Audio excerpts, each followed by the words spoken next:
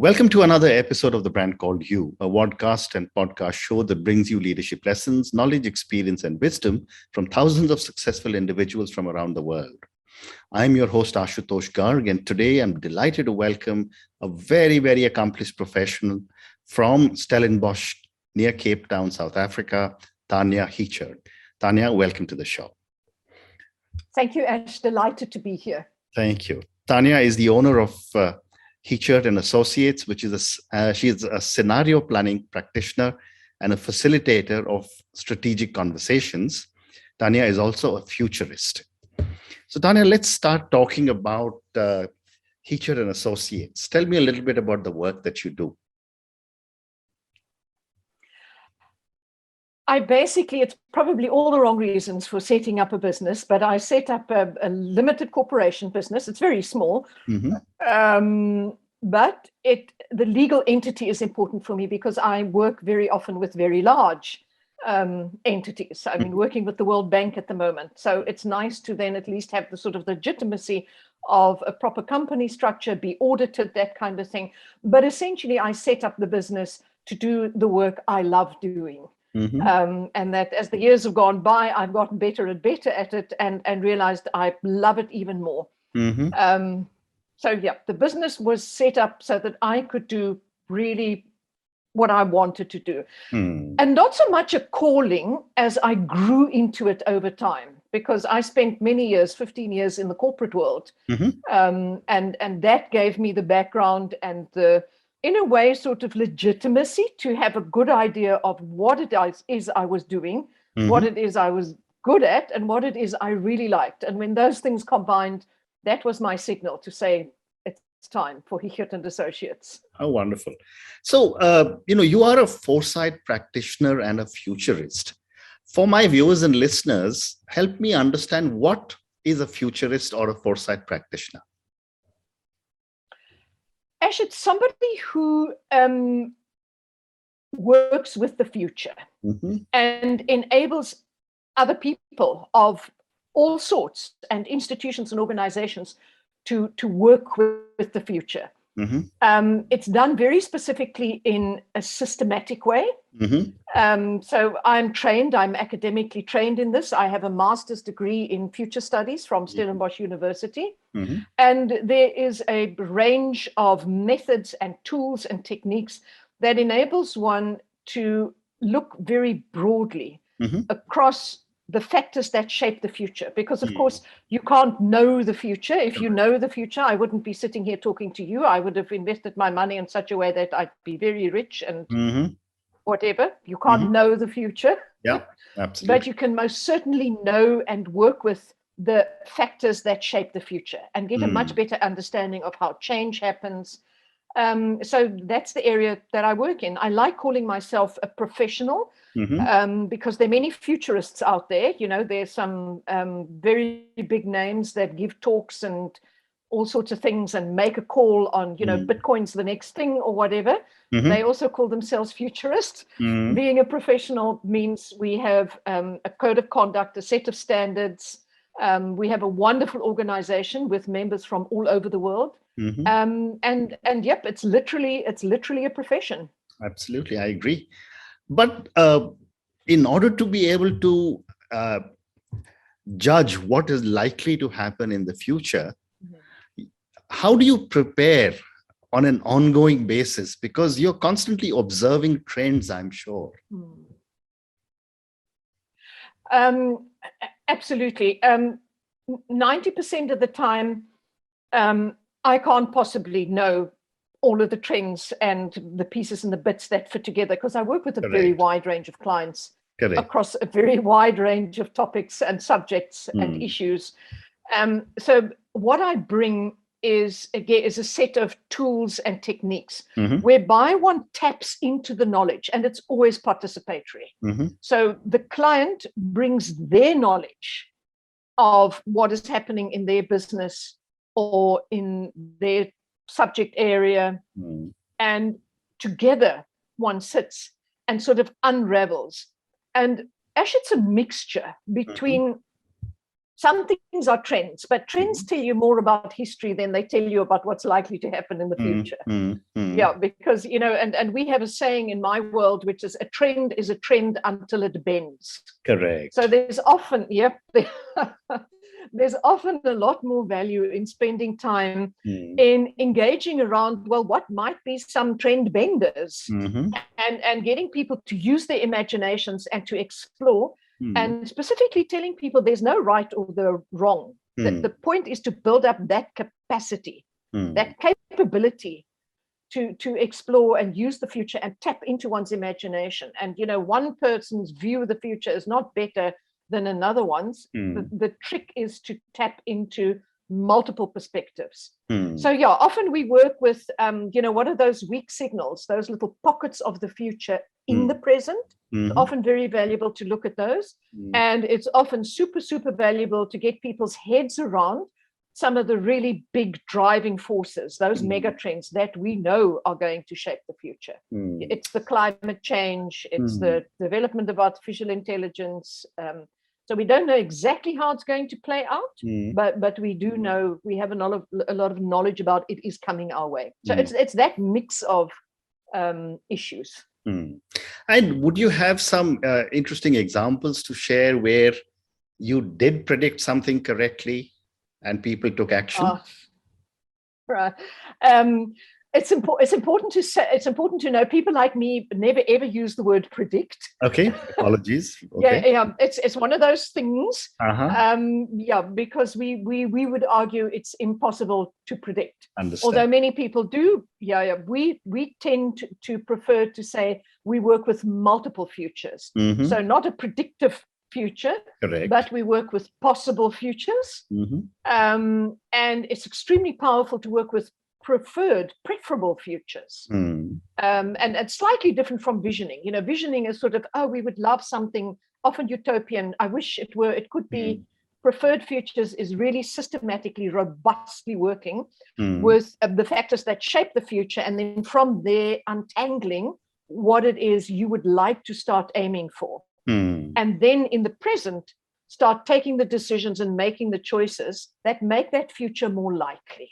So, small things that you do now, if you have time on your side, could make it more likely to reach a preferred future. But you asked me for an example, Ash. Sorry, I'm enjoying talking to you, so I'm nattering away. You asked me for an example.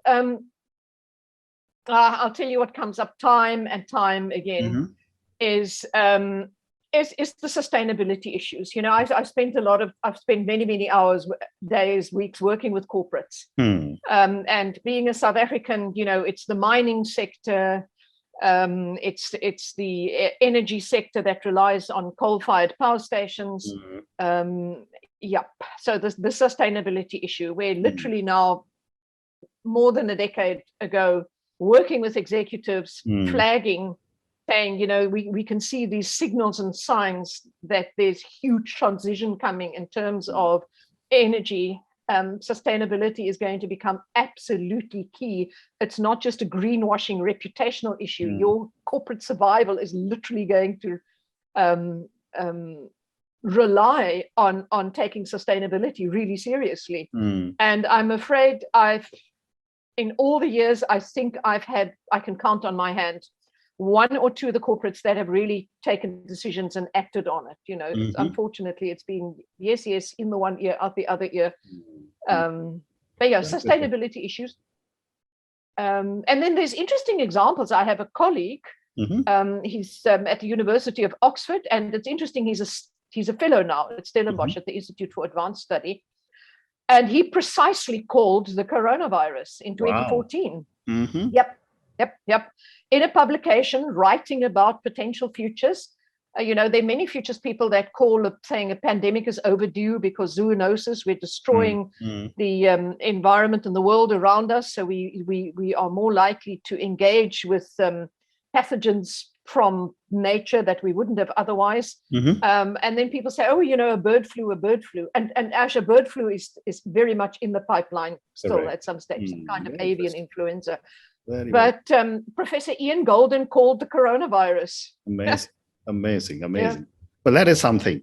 But another part, the thing that I want to check with you is that technology is now coming into every sphere of knowledge, and being a futurist is a knowledge based predictions, or maybe prediction again the wrong word, but you are able to see or likely to see what may happen.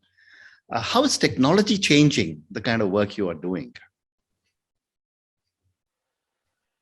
I'm afraid I'm going to give you a very simplistic answer and just say it's the coronavirus more than anything that has changed the way I work. Okay. Yeah. I mean, the technology is there all along.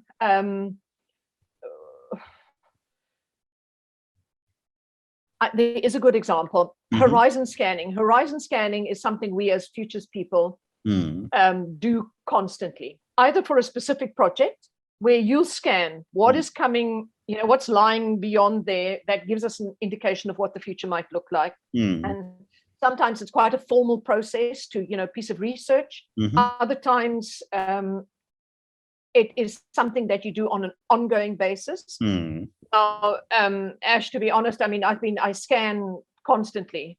Okay. And it means reading and getting information and knowledge from the periphery.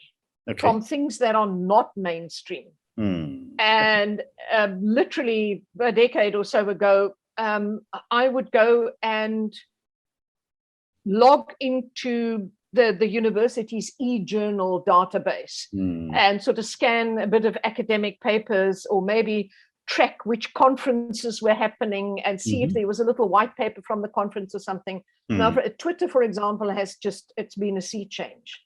I now specifically subscribe to a number of either academic or institutes or think tanks or whatever that give me early warning of things they're publishing, and all I need to do is literally just on the phone scroll down. I understand. So that's the perfect example. And yet, back to coronavirus. Yeah, and when you said that you visited India several times, I'm not sure if you ever came across an Indian astrologer who also predicts the future, but based on the movement of stars and so on and so forth. What is your view on the whole? And they also call it a science. What is your view on the science of astrology, as they call it? Ash, it's as valid as the work that I do. Okay. And yes, it literally boils down to it's just a different way of using the future, because it's the same thing. It's exploring the future using different tools and techniques to what I do. It's coming up with information and knowledge that is useful in the present. For the person that is consulting the astrologist. I mean, I know often what in Indian astrology, it's really, really important for choosing marriage partners, isn't it? Yeah. Okay. So, I mean, that's a really big ticket item, isn't it? Absolutely. You're right. It is a big ticket item.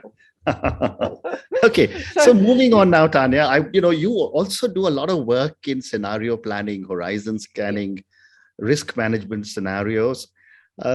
Help me understand the kind of work that you're doing in, say, scenario planning, and then we'll talk of horizon scanning. Scenario planning is the most well-known futures method, tool, or technique, and it's become. I hesitate to say. I should actually be brave enough to say it. It's become quite a corporate staple. Okay. All the big businesses out there at some stage or another have incorporated one way or another way of doing scenario planning. And you'll find the big consulting companies, the McKinseys and the Monitors and the Ernst & Youngs of the world, they all have a scenario planning team that they let loose upon those that are willing to pay extortionate fees. And it's usually done to help your strategic planning process become a bit more robust. So if you've got a strategic plan and it says we want to do X, Y, Z over the next 5 years, and in 10 years we want to reach Y, the scenario planning process is, well, what if something else happens? What if things turn out differently to what we expected? And the brilliant example is from the 1970s, the oil crisis was Shell. Shell used scenario planning to foresee the oil crisis, and positioned themselves strategically in such a way that it paid off for decades thereafter. Right. And it's interesting. That's why South Africa has got a strong tradition of scenario planning and many scenario planners, is because the person that did that work at Shell with his team, Pierre Wack, when he left Shell, his first consulting job was down in South Africa for a big mining concern called Anglo American. Okay. And this was the mid-'80s, and apartheid was busy destroying the country and the economy. And Anglo American was reading the writing on the wall, and they said, we need to do some scenario planning. And they got Pierre Wack in. And after that, we've had a tradition of scenario planning, which is literally, there are different ways of doing it, but it boils down to zooming in on the things you're uncertain about. The big ticket items, so the big impact issues, and it could either one way or it can go the other way. Scenario planning is working in a structured, systematic way with those key uncertainties and getting an idea of, well, if things turn out this way, telling a little story about it. And then saying, well, what are the implications of that for us? What are the implications of that for our strategic plan? Should we make some contingency plans? So it's literally that process. And that's typically most of the work. And this would also probably what a lot of people in the corporate say, what if? Isn't that what is also scenario planning? Wonderful. So you also talk of horizon scanning. Tell me a little bit about what you do in horizon scanning. Well, that again, it's different types of horizon scanning, either for a specific project where you'll take a deep dive into something. So, for example, I did a lot of work all over the African continent about the future of livestock production. Okay. So, Africa over the next 3, 4, 5 decades, Africa is going to be the most populous continent. And we're busy with that transition of going to meat-based diets. And it's going to have enormous implications. So there's a lot of forecasting work, statistical modeling, forecasting work. But then together with that, a horizon scanning exercise makes sure that you look broader at some of the issues that you might not expect to be impacting that study that you're conducting. So, back to zoonosis and diseases again. So things like, if you've got all these livestock production systems, what are the chances that you're going to use a load of antibiotics to keep the livestock healthy or to fatten them up for slaughter? And that turns around and causes a lot of antibiotic resistance, antimicrobial resistance, which is also, it's one of those predictable surprises in the world that we are waiting for. Amazing. Tanja, you also work on what you term facilitating strategic conversations. Right. Tell me what you do here and give me an example. Ash, that's the kind of the collective term in a way for nearly all of the work. Okay. And it's a principle more than anything else. The heart of the matter is, I never go away and say to the client, I'm a professional futurist with all these years of experience. Let me come up with a report for you to say, these are the things you should watch out for. These are the things that might be on the radar screen. These are the pockets of the future in the present. Don't work like that at all. That the facilitated strategic conversation is about getting decision makers and often sometimes even outsiders, the unusual suspects. One tries to, if you're having a strategic conversation, include an unusual suspect. Don't have a conversation with just yourself, because it's that groupthink that you want to try and avoid. But it's a facilitated strategic conversation. So it's getting multiple perspectives, getting people to think aloud, imparting the message. There's no right or wrong. What's important is exploring. And then on the basis of that, that open conversation, but in a structured and systematic manner, saying, well, what can we learn from the future? What is it here that we can see might be happening that should influence our decision making and choices that we are making and resources that we are allocating today? Fascinating. Fascinating. So, Tanya, I have time for one more question. And I'm going to ask you this for the many viewers and listeners who will listen to our conversation. What would you say are 3 key lessons that you would like our viewers and listeners to take away from our conversation? Oh my word, Ash, I'm not brave enough to sort of have general lessons, but I suppose I could just share things that have been important to me. Absolutely. Always follow your principles. Yeah, I come from a heritage and a country and a society that is deeply, deeply divided. And I have values and principles that are important, such as egalitarianism, everybody's equal, and pluralism. It really does matter to have diverse viewpoints. Correct. So lesson number 1 is if you believe in those things, live them and work them. Yeah. The second one is have a little parachute. If you're going to make a big change in your life, which is what I did, I walked out of a really fancy London-based pound sterling paying fancy big corporate position. And people thought I was completely mad. Ash, but I had made sure for months and some years I had absolutely no debt. I had some savings tucked away. I had the support of my dearly beloved husband. If things could go wrong, he was ready to be able to support. Because I knew I wasn't going to go back into corporate. Okay. And I have, ever since then, since the day I started up to now, I have a quarter's year's worth of salary and all expenses in a little savings account that I call my rainy day fund. And, that just gives you that extra little bit of nerve to go do the things that you really want to do. Yeah. Correct. Well said. And the third lesson is just is listen better. I'm a big talker. I like talking. So for me, and I guess listen better.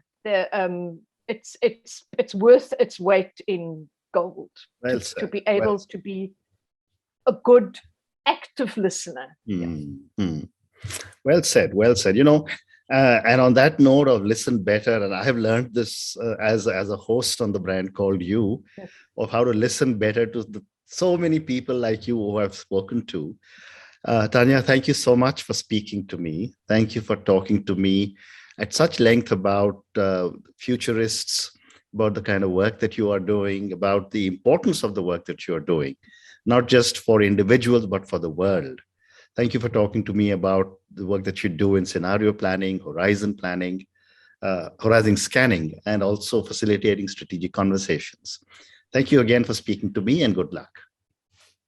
Great pleasure, Ash. Thank you. And all the best with your wonderful endeavor. Thank you. Thank you for listening to the brand called You videocast and podcast, a platform that brings you knowledge, experience, and wisdom of hundreds of successful individuals from around the world.